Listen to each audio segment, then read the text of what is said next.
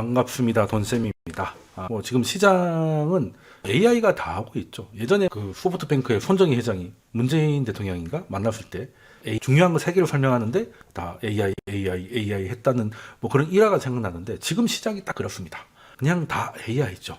다 AI고 작년만 하더라도 나스닥이 강했는데 그 강한 거의 대부분을 매그니피케이션 7이 끌고 갔는데 그 7 중에서 올해까지도 계속 상승을 이어가는 건 엔비디아 뿐입니다. 지금 우리나라도 삼전이 HBM에서 삽질을 해가지고 반도체 시장에서 하이닉스보다 좀 못한 대접을 받는 그런 분위기인데 미국도 약간 그렇습니다. 미국도 지금까지는 대장이었던 애플이라던가 그리고 구글, 테슬라가 올해 들어서는 상대적으로 재미없는 그런 모습을 보여주고 있죠. 특히 테슬라는 좀 힘든데 지금 AI는 강한데 테슬라도 AI잖아요. 그렇죠? 그 자율주행이 AI지. 누가 사람이 와서 하는 건 아니잖아. 근데 이제 왜 그렇게 주가가 상대적인 게 아니라 실제 그냥 봐도 이제 안 좋죠. 상대적으로 보면 이제 엄청난 박탈감이고 왜 그런가라고 하면 일단 그 테슬라 하면 일단 전기차인데 전기차 수요가 한창 그 예전 분할하기 전에 1000부를 넘어가고 막 그랬을 때는 1년에 한 50% 정도의 이제 매출 성장이 있을 거다라는 기대까지도 있었던 게 테슬라인데요. 그 기대에 굉장히 좀 못 미치고 있죠. 지금 거의 뭐 제자리 뛰기 수준입니다. 나빠지진 않는데 기대감에 비해서는 굉장히 좀 부족한 상황이고 그건 이제 테슬라뿐만이 아니라 전기차 자체가 좀 정체가 되고 있어요. 그래서 전기차라는 새로운 디바이스에 대해서 이런저런 불편함 감수하고도 한번 트라이 해보겠다는 얼리 어답터들은 이제 다 산 것 같고 아직은 보수적인 일반적인 대중들한테 넘어가는 이 정체 기간에 이제 수요 부진이 지금 일단 테슬라한테는 가장 큰 문제일 텐데 그건 잘 아실 겁니다. 요즘 전기차 늘어나는 게 예전 같다는 건 아니고 그리고 테슬라도 처음에는 테슬라 지나가면 와 신기하다 했는데 요즘은 뭐 그냥 많은 차 중에 하나다. 그 주목도도 쭉 떨어진 것 같고요. 뭐 사이버 트럭 정도 되면 모르겠는데 뭐 그건 아직 국내에 있지도 않으니까 그런 전기차 상황 자체가 나쁜 상황이고 그리고 이제 중요한 거는 테슬라가 이제 소위 말하는 테슬람이 많지 않습니까? 테슬람이 많은 이유가 그 짜릿했던 상승의 기억이 있으니까 사람이 이제 쉽게 말해서 뽕을 만든 거죠. 그러니까 이제 무슨 남자가 들어갈 정도 이제 강성 주주가 되는 건데 그때가 언제냐면 뭐 한 번만 그랬던 건 아니지만 그 당선되고 나서 우리도 코로나 때로 돌아가면 20년 그 있었던 미국 대통령 선거가 끝나고 나서 우리나라도 엄청나게 올랐지 않습니까? 그때 미국의 테슬라도 뭐 거의 뭐 10배로 올랐던 기억이 나는데 그때는 아무래도 바이든이 민주당이고 첫 번째 호재가 뭐였냐면 트럼프가 대선 결과에 불복할 수도 있다는 불확실성이 있었는데 이제 그거는 없었잖아요. 일단 바이든 당선이 결론이 됐어요. 예전에 부시하고 고어 때처럼 대통령 선거가 끝났는데도 대통령 당선자가 안 나오는 초유의 사태 벌어지는 건 일단 빗나갔기 때문에 거기서만 해도 일단 불확실성 제거가 컸고 두 번째 트럼프가 됐던 바이든이 됐던 누가 되더라도 선거만 못하라면 됐는데 심지어 바이든이 됐잖아요. 그럼 바이든은 당연히 민주당이고 민주당은 친환경이니까 아무래도 전기차에 대해서 수혜가 높아질 것이고 그래서 보조금도 더 많이 나올 것이고 라고 해서 이제 기대감이 많이 커졌는데 최근에는 그 반대로 되고 있죠. 트럼프가 공화당 경선에서 굉장히 압도적인 승리를 하고 있으니까 트럼프 되는 거 아니야? 트럼프 될 것 같다는 얘기를 많이 하시는데 아직은 조금 이릅니다. 아직은 조금 이른 것 같고 그리고 공화당에서 헤일리를 이기는 거는 뭐 거의 예상된 결과였던 거죠. 오히려 헤일리가 선전을 좀 어느 정도 하면 그게 변수가 됐으면 됐지 공화당 후보되는 건 다 예상이 됐던 거예요. 오히려 연방 대법원에서 후보 자격을 박탈할까 그 리스크가 있었는데 그게 이제 일단 사라졌죠. 일단 그날 이제 테슬라 공장에 불도 나고 해가지고 그때 이제 그 이후로 더 안 좋아지긴 했는데 그리고 트럼프가 뜨니까 바이든도 며칠 전에 그 공약지책을 냈습니다. 아무래도 미국 선거는 소위 말하는 스윙 스테이트를 몇 개를 가져가느냐에 따라서 게임이 끝나잖아요. 특히 미국은 대의원제를 하고 있으니까 스윙 스테이트에서 조금이라도 이겨가지고 대의원을 몇 개를 가져가면 굉장히 승리를 가져갈 수 있기 때문에 바이든도 선거를 앞두고는 그 제조업 그리고 자동차 노조 이런 것들을 이제 무시할 수가 없는 거죠. 그래서 미국 자동차 노조 올해 인물로 뽑혔던 미국 자동차 노조를 작년 올해 인물로 미국 자동차 노조가 뽑혔죠. 거기를 이제 지지한다고 선언하면서 전기차를 좀 더 빨리 하려던 계획을 좀 수정하고 속도 조절에 들어가겠다고 얘기를 했어요. 그래서 공약을 바꾼 거죠. 그러니까 이건 선거 때문에 어쩔 수 없는 거예요. 선거 때문에 지금 전기차 계속 오겠다가는 지금 미국의 내연기관 주도의 자동차 노조가 스윙 스테이트의 여론을 트럼프 쪽으로 옮겨버리면 바이든은 끝이거든요. 그러니까 지금 뭐 전기차가 중요하겠습니까? 바이든 입장에서. 그러면 당연히 트럼프 전기차를 때리면서 인기가 좀 높아지는 지역에 가서 나도 전기차를 너무 그렇게 급격하게 하지는 않겠다. 얼마든지 내연기관과 병행할 수 있게 시간을 주고 나누겠다 이런 식으로 이제 선언을 해요.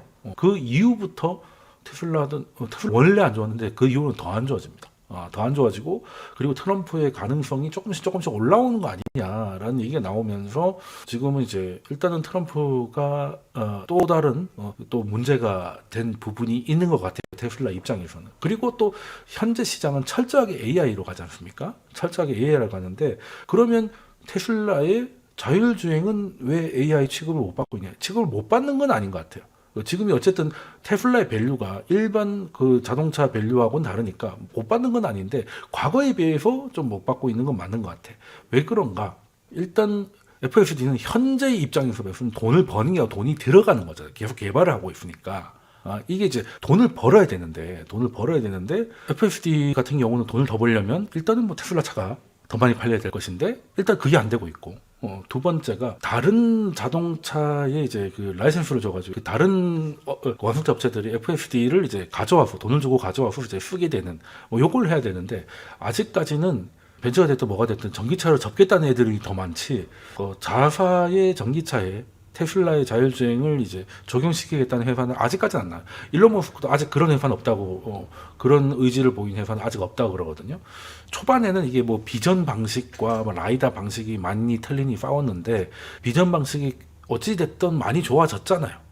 많이 좋아졌고 영상 같은 것들 보면 완전한 자율주행은 아니더라도 이 정도면 굉장한 어시스턴트가 되고 일부에 있어서는 거의 이제 웬만한 사람과 비슷할 정도로 운전을 하는 건 이제 느끼겠는데 문제는 이게 테슬라 안에만 있으면 테슬라 차에만 이게 되면 그 테슬라 차가 갖고 있는 하나의 그 정체성과 프리미엄은 도움은 되겠지만 진짜 돈을 벌려면 그 다른 회사 차에도 적용을 시켜가지고 소프트웨어로 돈을 버는 거죠. 그럼 자동차 업계 중에서 소프트웨어로 돈을 버는 건 이제 거의 처음 있는 일이잖아요. 이게 가능할 것 같다라고 했는데 현재까지는 아직 FSD는 개발비만 들어가지 이걸로 뭔가 현금 흐름을 만들 수 있겠다는 생각을 하기 힘든 상황이고 그러니까 이게 범용이 아니라는 거죠.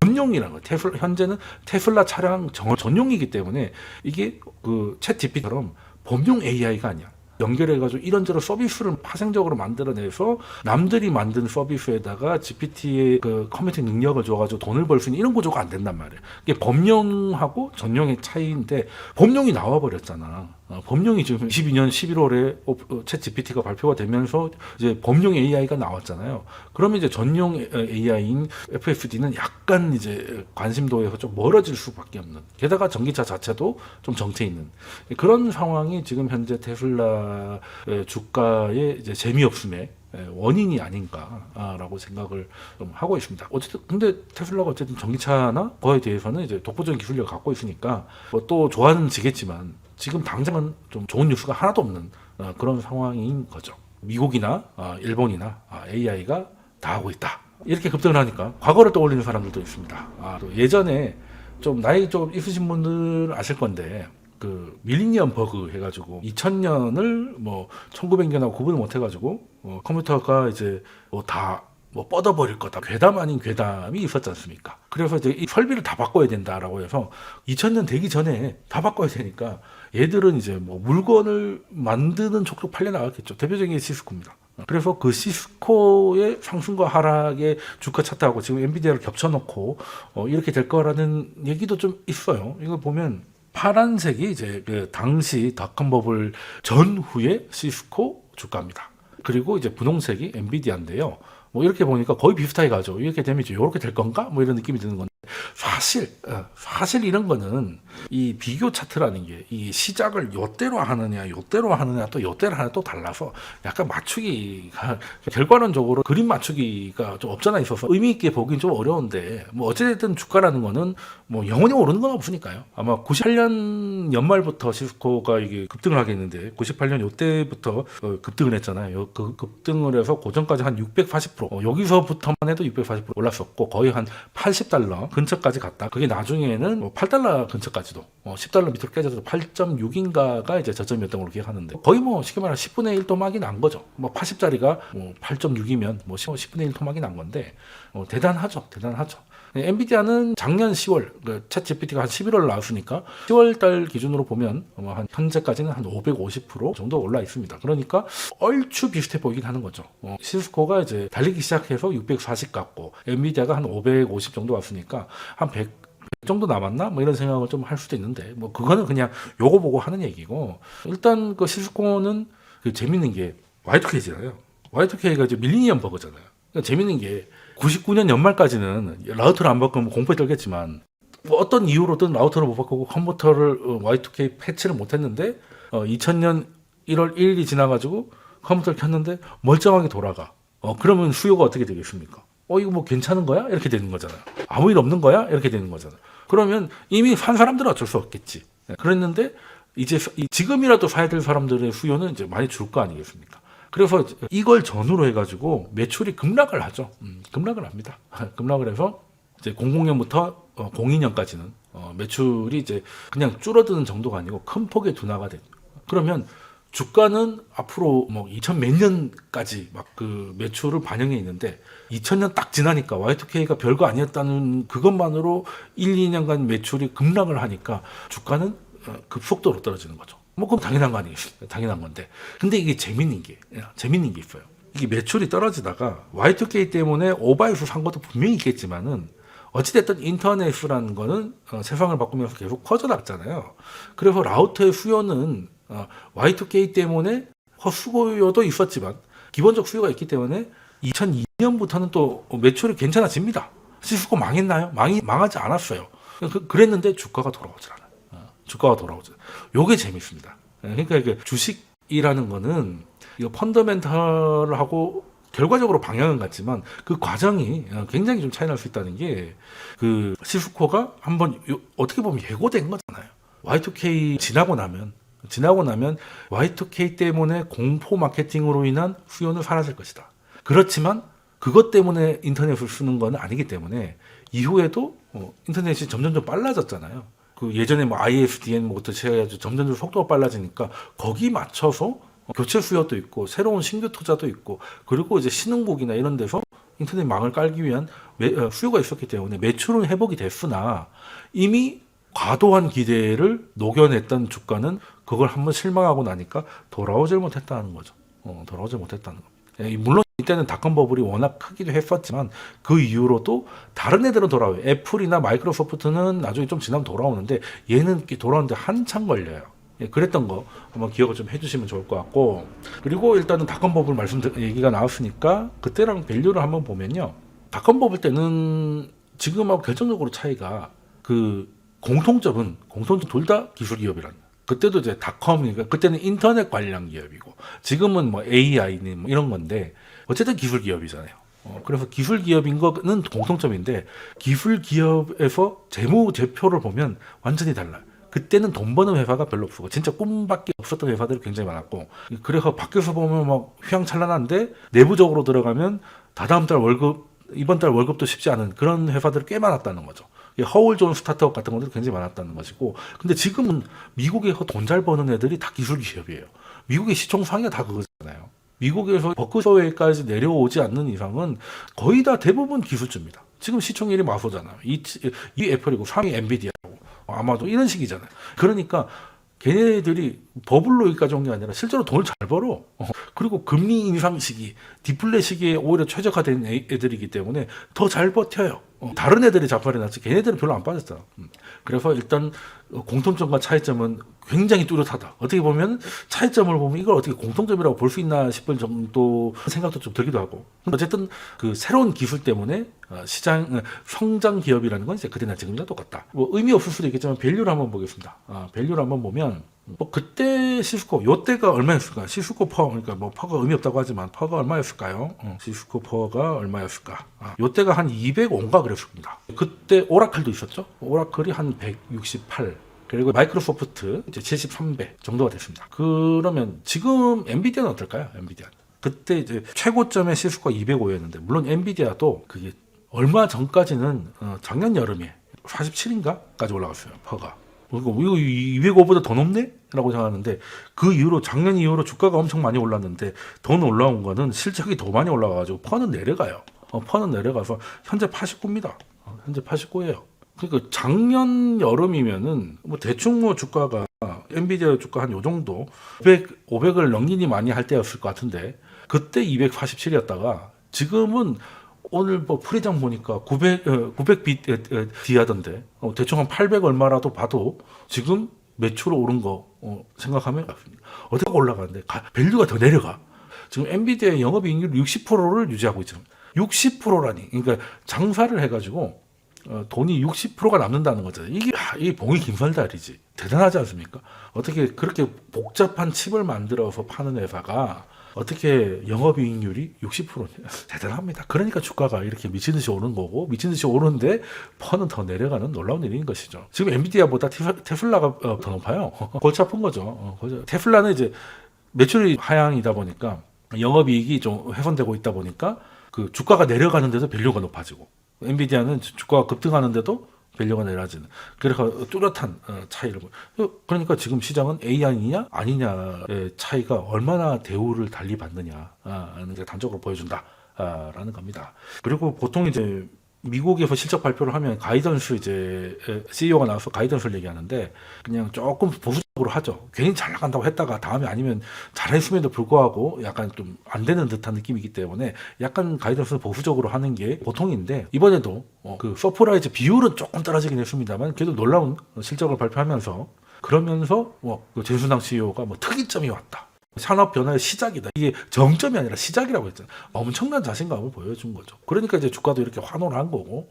그 경제적 해전에는 깨지고 참여하는 기업들이 경쟁이 강화되면서 영업이익률이 떨어지는 상황에서 연준 금리 인상 같은 외부 충격이 오지 않는 이상은 일단 시작된 랠리는 잘 끝나지 않기 때문에 1년 좀 올랐다고 너무 쫄 필요는 없다. 그러면 오늘의 주제인 AI 어디까지 갈 것인가? 지금 현재 시장은 미국이나 일본이나 볼 것도 없습니다. 지금 AI하고 그리고 이제 관련 반도체 기업들의 주가가 다 이끌고 있죠. 미국의 엔비디아 그리고 슈퍼 마이크로 컴퓨터, 어플라이드 트리얼즈, 램 리서치, KLA, 마블, IBM 이런 것까지 전부 신고가 내지는 신고가 직전입니다. 오늘도 이게 또 어떻게 될지 1시간 후에 어떻게 될지 모르겠는데 이거 좀 봐야 되겠죠. 반도체가 주가지수 상승을 이끌고 있는 건 일본도 마찬가지입니다. 일본도 이제 대표적으로는 도쿄 일렉트론하고 그 어드반테스트 그리고 디스코, 레이저텍 그 한 4개 정도가 대장주라고 볼 수가 있겠는데 이 4개 기업은 전 세계 반도체 장비 시장의 시총 기준으로 봤을 때 탑 10 안에 4개가 다 들어갑니다. 그리고 전체 반도체 장비 매출의 22%를 차지하고 있고 독보적인 것이죠. 전 세계에서 4분의 1은 이 4개 회사가 다 해먹고 있다는 건데 엔비디아는 설명드릴 필요가 없는 거죠. 엔비디아 주가 한번 볼까요? 보시면 간단합니다. 어떻게 이렇습니다. 올해 들어서 엄청나죠. 엄청납니다. 그 유미티라는 게 RS가 뭐냐? RS가 이제 그 상대 강도인데요. 이게 S&P 500에 비해서 어느 정도 강하냐는 건데 90잖아요. 이 말은 99가 만점입니다. 그러면 이제 진짜 이제 주도주 중에 주도주다. 그러니까 99면 현재 가장 강한 주식이라는 거죠. 0이면 이제 가장 저주받는 거고 여기 보면 이제 대충 어느 정도 나오는 건데 어느 정도 강세지 보여드린 거고 그리고 이건 AMD구나. AMD도 33이긴 한데 엔비디아보단 덜하긴 하지만 그래도 주가 상승 꽤 놀랍죠. 그리고 SMI 같은 경우는 얘도 상대 강도가 그냥 주가가 올해 초에 비해서 이게 놀랍죠. 물론 얘는 엔비디아보다 이제 폭이 조금 더 크긴 커요. 흔들긴 하는데 그래도 이 변동성이 크다가도 다시금 가는 거 보니까 이거 만만한 게 아닌데 이게 99라는 거는 여러분들도 상대 강도를 한번 알면 좋아요. 지금 현재 어느 섹터, 어느 회사들이 전체 시장보다 강한지를 볼 수 있을 때 직관적으로 볼 때는 코스피, 코스닥 하고 비교를 해보면 되는데 그걸 이제 계산을 하는 방법이 있거든요. 아까 미더빈이나 이런 사람들이 이제 주로 활용을 하는 건데 계산법은 이제 검색하면 나옵니다.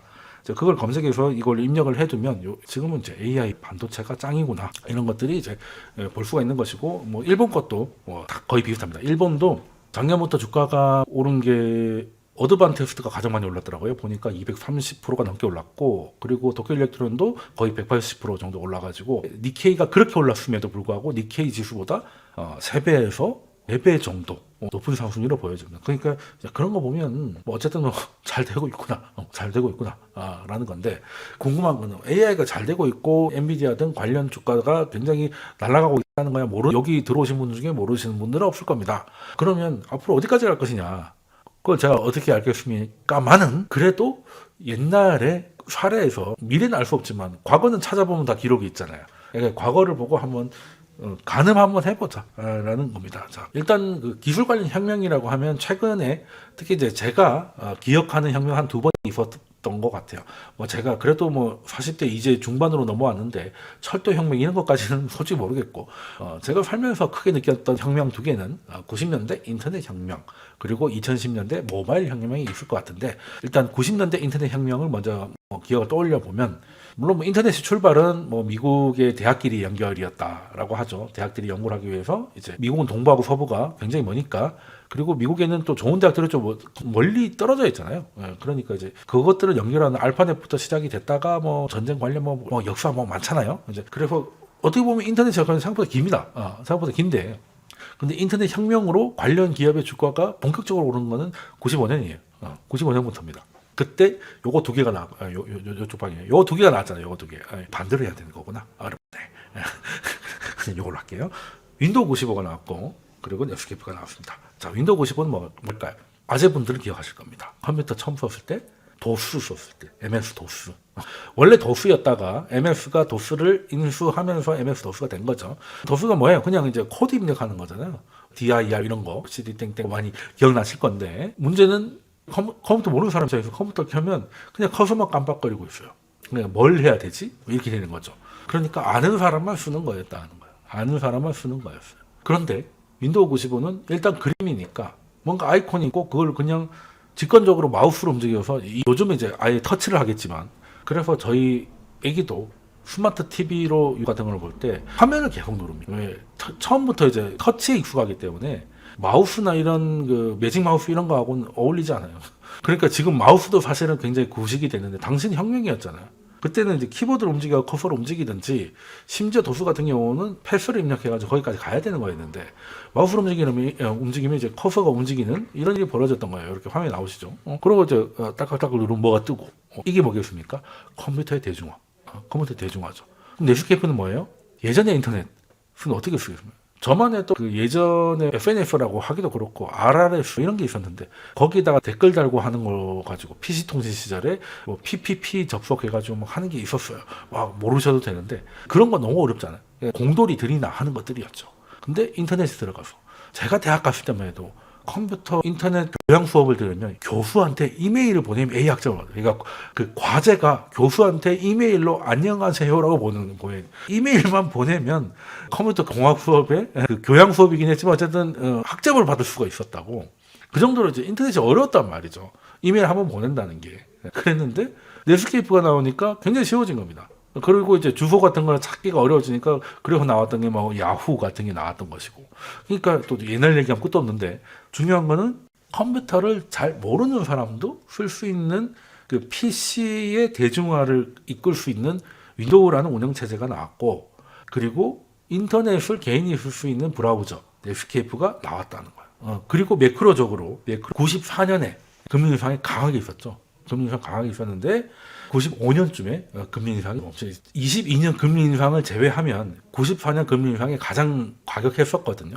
80년 이런 거의 그 특이한 경우 제외하고는 94년이 하이퍼 인플레 상황이 아닌데 그 정도 올랐던 게 굉장히 놀라운 일이었고, 어찌됐든 그게 95년 되면 멈춰요. 인하까지는 안 갔지만, 인하는 8년 거기까지 가야 되지만, 그래서 금리 인상이 멈추고 사람들이 쓸 수 있는 툴, 대중화를 할 수 있는 툴이 나오니까, 그때부터 2000 주가가 마이크로소프트부터 시작해가지고 뭐 AOL이라든지 기억나실 겁니다. 제가 첫 이메일 계정을 가졌던 데가 AOL이에요.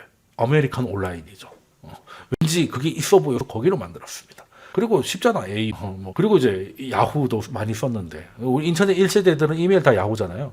근데 지금 정작 그 야후는 지금 뭐 가입도 안 되던데. 한번 만들어 보고 싶습니다. 그리고 이제 뭐 인텔, 딩딩딩딩 하는 인텔, 그리고 말씀드렸던 시스코 이런 애들이 이제 그때부터는 이제 급등을 하는 거죠. 95년부터 그 전까지 꾸물꾸물 올라가다가 1년인가 뉴 이코노미 얘기가 나와가지고 얘네들이 시작이 되는데 95년에 금리 인상 중단되고 그리고 이제 넷스케이프 윈도우 95가 나오면서 본격적인 상승을 하다가 드디어 98년에 롱텀 캐피탈이 부도가 나면서 연준이 금리를 인하하게 하는 거예요. 그러니까 안 그래도 가고 있는데 그 고금리에서도 달리고 있던 애들이 저금리를 만나니까 날아가 버린 것이죠. 근데 날아가면 이제 뭐든지 그렇잖아요. 주식도 적당함을 모르잖아요. 그래서 추세가 중요하다. 그래서 날아가기 시작하다가 너무 끝까지 갔던 게 이제 2000년 닷컴 버블이었다. 요거 기억이 나. 그리고 그 이후에 금리 인상으로 작살이 났던 것이죠. 왜? 그때는 과열이 된 거죠. PC나 이런 것들도 살살 한번 다 샀고, 이제 인터넷도 뭐 각종 웹브라우저들이 막 쏟아지고, 선두 기업의 영업이익률이 훼손되고, 공급 과잉으로 인한 경쟁 체제가 돼서 여기서는 돈 벌기가 힘든 구조가 됐는데 금리 인상을 맞으면 그 사이클은 끝이 나요. 보통 그래 왔거든요. 그래서 인터넷 혁명도 그렇게 됐습니다. 물론 인터넷 혁명은 그 이후로 되게 이어졌지만 그 혁명에 의한 랠리는 그때 그러고 나서는 이제 아예 중국 쪽으로 넘어갔죠. 2000년 이후로는 이제 중국이 전 세계에 나오면서 중국발 성장이 컸지 미국이 혁신을 주도했던 거는 최근하고 가까운 시기로는 이제 90년 인터넷 혁명이었다. 그리고 2010년에 모바일 혁명이었다. 그럼 모바일 혁명이 어떻게 될까? 일단 모바일 혁명이라면 아이폰입니다. 2007년이었죠. 오랜만에 사진을 보고 기겁을 했습니다. 아이폰이 200불이 안 돼. 그때는 폰이 8기가긴 했지만 200불이었대. 대단하다. 옛날에 좋았구나 이런 생각을 드는데 옆으로 약간 새는 얘기였고 전 충격적인 게 이 가격이었다. 라는 말씀을 드리고 싶고 근데 어찌됐든 모바일의 출발은 이제 아이폰 3G가 출발을 한 건데 아이폰 3G가 출발을 한 건데 실질적으로 관련 산업과 관련 업계들의 주가가 급등을 하기 시작한 거는 2015년을 좀 지나서였거든요. 일단 이 모바일 환경을 애플이 만들어 놓고 그리고 그 3G는 좀 느렸지 않습니까? 그래서 3G는 그때 주로 이제 페북이나 트위터 위주로 그래서 이제 문자 메시지를 벗어나서 SNS가 이제 시켰죠. 그러니까 피처폰들은 SNS를 못 했으니까. 그리고 LTE로 넘어갈 때 유튜브가 나오잖아요. 2008년에 유튜브가 시작되고 유튜브가 퍼져나가면서 근데 유튜브는 3G 갖고 느리니까 이제 LTE가 된 것이고 그래서 5G는 이런 게 없기 때문에 이런 킬러 컨텐츠가 없기 때문에 킬러 앱 서비스가 없기 때문에 아직까지는 LTE가 아니라 5G를 써야 된다는 이유가 아직은 없는 것이죠. 근데 어찌됐든 원래대로 돌아오면 일단 아이폰이 시작된 건 2007년부터 모바일 혁명은 시작됐다고 봐야 되지만 실질적으로 후에는 초반에는 이제 좀 제한적이었고 여기서 모바일 생태계에서 새로운 사업 모델을 이제 개발했던 이제 유튜브의 구글이라든가 아마존이라든가 그리고 이제 페이스북이라든지 뭐 이런 애들이 2015년 이후로 크게 랠리를 합니다. 왜 하필 2015년이었냐? 일단 07년은 뭐 좀 하려고 했는데 금융위기가 터져버리잖아요. 그래서 혁명은 시작됐는데 혁명이 금융위기에 파묻힌 거지. 그러고 나서 좀 넘어가나 했더니 유로존에서 재정위기가 터지죠. 2012년에는 유로존이 전체적으로 마이너스 성장이 들어가고 차이나 쇼크니 뭐니 해가지고 금융위기의 여파가 계속 남아있었다가 그게 좀 잦아들기 시작한 게 2014, 2015년입니다. 그러니까 그때부터 연준이 금리 인상 가겠다고 한 것 얘기가 나왔던 것이고 그랬던 것인데 그러다가 이제 트럼프 때 2017년에 법인세 인하까지 만나면서 더 각도를 세우고 아무래도 법인세 인하는 법인세를 많이 내는 당시에 대형 테크 기업들이 후회가 컸을 거기 때문에 랠리가 더 이어지고 코로나 이후로 제로금리를 만나가지고 그냥 이제 나중에는 뭐 스타트업의 뭐 이런 것까지 넘어가면서 이제 그 사이클이 크게 한번 갔다가 그 사이클은 이제 거의 끝난 것 같죠. 매그니피케이션에서 애플, 구글 이런 데서는 약간 둔화세를 보이고 그랬다가 AI 관련 시작이 되니까 AI 관련주들만 현재 가고 있다는 것이죠. 그래서 그 90년대 인터넷 혁명과 그리고 10년의 그 모바일 혁명에서 그 사례가 우리한테 공통적으로 보여주는 것은 일단 시작되고 나서 제대로 된 상승을 보여주는 데까지는 시간이 조금 필요하다. 물론 이제 모바일 혁명 같은 경우는 그 출발에 금융위기라는 게 있었기 때문에 시간이 조금 더 오래 걸렸다는 걸 감안하더라도 즉시 올라가진 않았다. 자, 그러면 어떻게 보면 그 지금 AI는 한 1년 정도 올랐기 때문에 시기적으로 봤을 때는 뭐 지금 되게 단기 과열인 것 같고 많이 오른 것 같지만 시기적으로 봤을 때 1년 정도밖에 되지 않습니다. 그래서 보통은 이제 그냥 단순 테마가 아니면 1년 만에 끝나는 일은 그렇게 흔하진 않았던 것 같아요. 그렇지 않았던 것 같고, 그리고 또 중요한 게 이 산업이 자리를 잡고 이 산업 관련주들이 상승으로 방향을 잡은 후에는 매크로가 우호적이냐 비우호적이냐에 따라서 각도가 가팔라졌다가 뭐 누웠다가 이걸 반복을 하는데, 지금 연준이 어때요? 지금 연준은 금리 인하를 이제 예상하고 있습니다. 준비하고 있고, 시장도 적어도 2분기 정도에는 금리 인하가 2분기 늦게까지는 한 6월 정도까지에서는 시작되지 않을까라는 생각과 전망이 시장에 깔려 있고, 연준도 그거를 인정을 했죠. 파월도 어제 그 얘기했지 않습니까? 올해 금리 인하가 시작될 것 같다.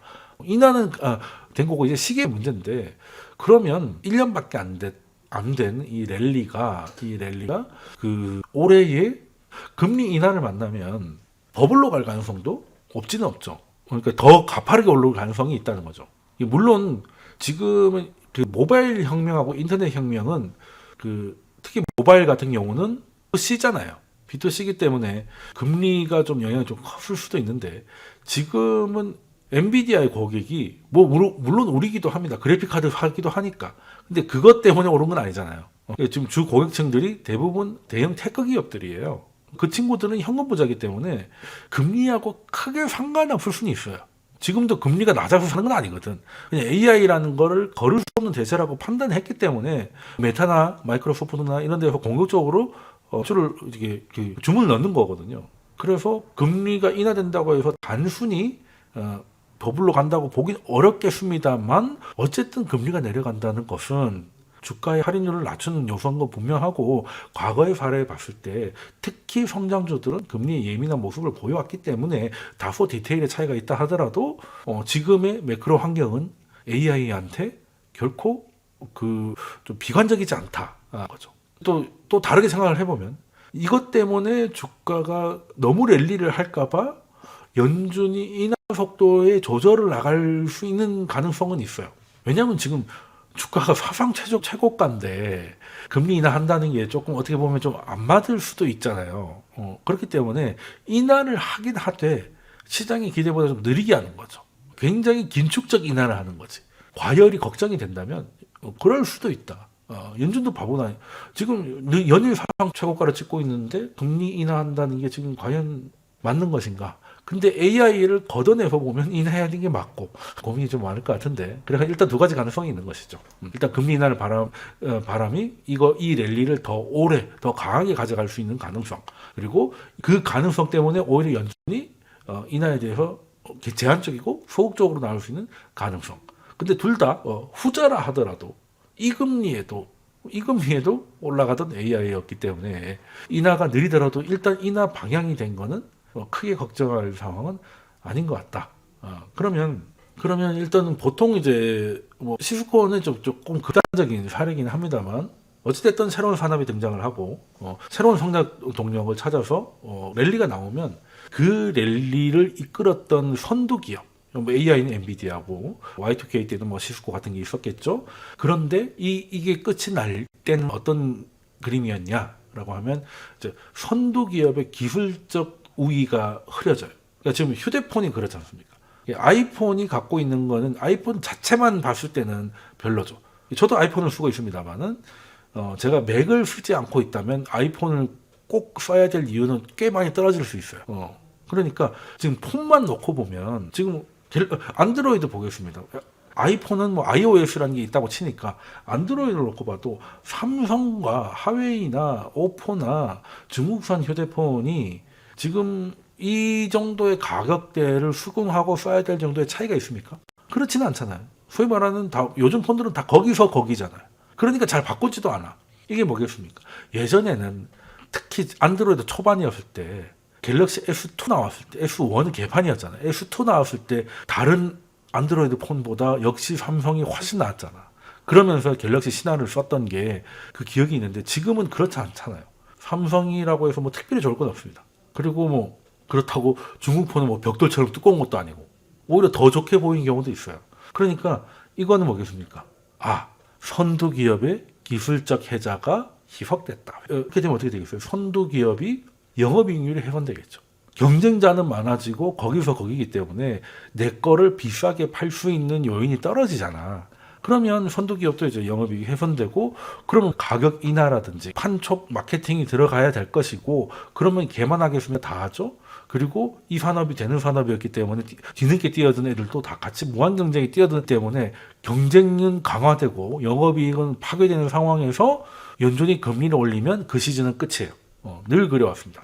닷컴 버블 때도 그랬고, 코로나 때도 그 모바일 혁명도 22년에 일단 심화하고 다시 시작한 거잖아. 예, 그렇게 보시면 됩니다. 그러면 지금은 AI 같은 경우는 일단 시기적으로는 이제 1년 정도. 과거 같은 경우는 이제 조금 길게 과거 사례에 비교해봐도 한번 랠리가 가면 보통 이제 한 4, 5년 정도 갔는데 아직 1년밖에 안 됐으니까 시기적으로도 이제 출발하는 단계라고 좀 봐야 되고요. 그리고 이제 엔비디아의 기술적 우위가 깨졌느냐? 아직은 안 깨졌죠. 아직 안 깨졌으니까 영업이익률 60%가 나오고 CEO가 그렇게 자신감을 보이는 것이죠. 물론 암드도 열심히 하고 하긴 하겠지만 얼마나 경쟁력을 갖출지는 좀 지켜봐야 될 문제잖아요. 그래서 아직 기술적 혜자가 깨지지 않았고 영업이익률은 지켜지고 있습니다. 말도 안 되는 영업이익률이 지켜지고 있다는 거죠. 애플이 한창 괜찮았을 때 아이폰 팔아서 20몇 프로, 30% 남기던 시절이 있었어요. 자동차 시장에서 그걸 남기는 회사가 페라리 정도거든요. 페라리 가격이니까 그게 지켜지는 거겠지. 그래서 사이클의 끝은 선두 기업의 영업이익률 훼손이 나타나야 되는데 그거는 이제 기술적 우위가 희석될 때 나타난다.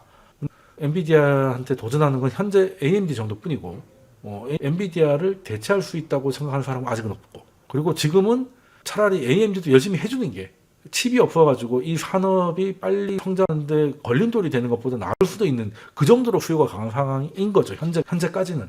AMD가 어느 정도 경쟁력을 갖출 수 있느냐.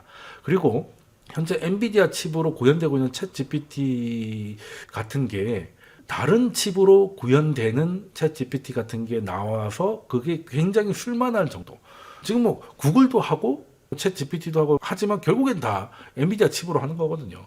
근데 다른 칩이 나와서 그걸로 AI를 돌렸는데 그게 챗 GPT의 성능을 비슷하거나 혹은 넘어가면 엔비디아 입장에서는 이게 기술적 혜자가 이제 파괴되는 거겠죠. 그렇게 되면 경쟁의 시대로 넘어가겠지. 그러면 매출이지만 영업이익이 떨어질 수밖에 없고, 그렇게 되면 주가는 또 시스코 때처럼 과잉 반응하지 않은 적이 별로 없다.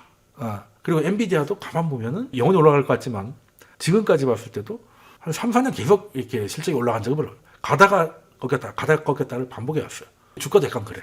그래서 그런 것들을 좀 봐야 된다. 그래서 현재는 엔비디아하고 챗 GPT의 대항마가 나오면 얼마나 경쟁력을 갖고 있느냐, 그런 게 안 보인다 라고 하면 AI 랠리는 계속될 가능성이 꽤 있다 라는 겁니다. 주식이 그렇잖아요. 꺼질 때 버블은 분명히 꺼지긴 하는데 그 버블 꺼지고 나서야 그게 버블인 줄 아는 거죠. 청춘은 지나가서야 그때가 좋았다는 걸 알게 되는 거예요. 그럼 이제 엔비디아는 우리는 뭘 해야 되냐? 슬퍼할 필요 없습니다. 슬퍼할 필요 없는 게 지금 엔비디아만 오른 것 같은데 이 빨간색이 엔비디아예요. 빨간색이 엔비디아인데 주황색은 한미반도체거든요. 23년부터 봤을 때 똑같이 올랐습니다. 똑같이 올랐어요. 물론 엔비디아는 예쁘게 올랐죠. 가다가 좀 횡보하다가 다시 가고, 그러니까 좀 한 번 급등을 하고 한 500불 근처에서 꽤 오랫동안 횡보를 했잖아요. 한 반년 가까이 횡보를 하다가 500을 돌파. 그때 제가 이때 샀는데 요때 팔았잖아요. 그때 봤다가 630 팔았잖아. 물론 그때는 이제 나스닥에 하락 종목이 상승 종목보다 훨씬 많아서 팔았는데 결론적으로는 틀렸지. 여기까지 갔으니까. 근데 어쨌든 나름대로의 이윤이 있었다라는 거 말씀드리고 싶은 건 500의 돌파는 정말 교과서적인 돌파였다라는 겁니다. 어쨌든 이런 식으로 올라갔던 게 엔비디아의 모습이고 500을 돌파하고 나서는 각도가 완전히 달라졌죠. 그랬는데 한미도 뒤늦게 미친 속도로 축지법으로 따라붙었어요. 엔비디아는 제가 630 팔았지만 한미는 갖고 있죠.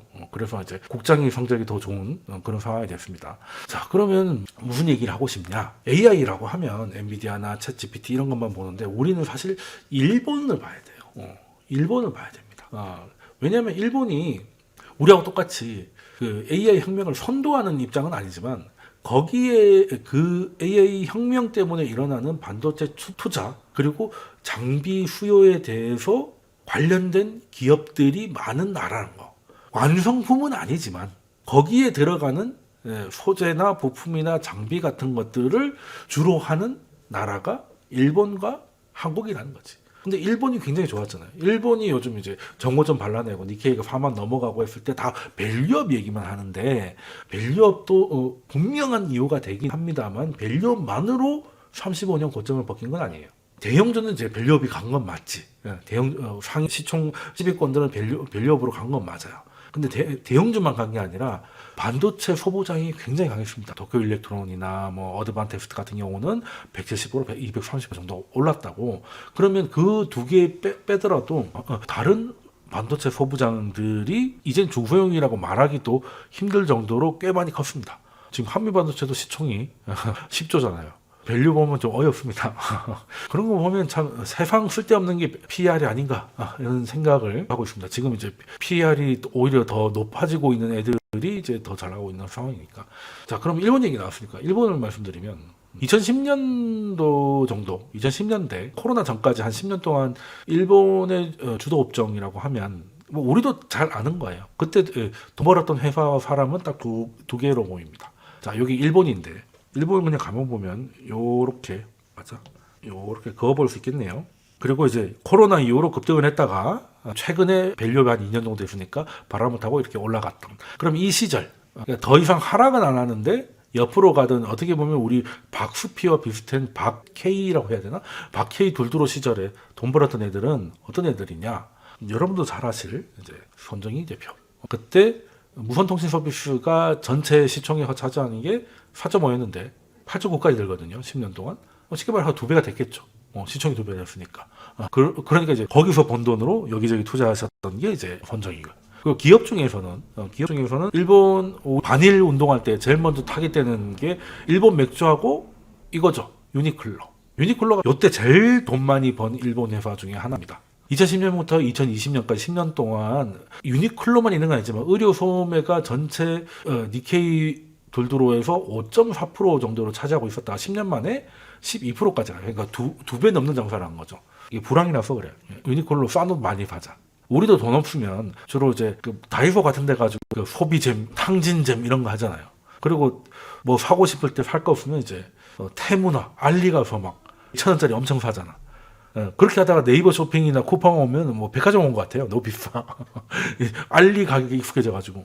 아무튼 그때는 그랬는데 이 이후로는 그 10년간의 성장 동력은 뭐 성장했다고 말하기도 조금 애매하긴 합니다만 그때 나름 컸던 애들은 그나마 하락이 아니라 횡보라도 맞춰준 애들은 섹터가 이제 무선통신 그리고 의료 소매인데 이게 딱 디플레잖아요. 사람이 돈이 없으니까 싼 옷을 많이 사고 그리고 사람을 만나는 것보다 폰 가지고 장난을 많이 치니까 이런 게 뜨고 했던 건데 그렇다가 최근에 이렇게 완전히 추세를 바뀐 거는 반도체 소부장입니다.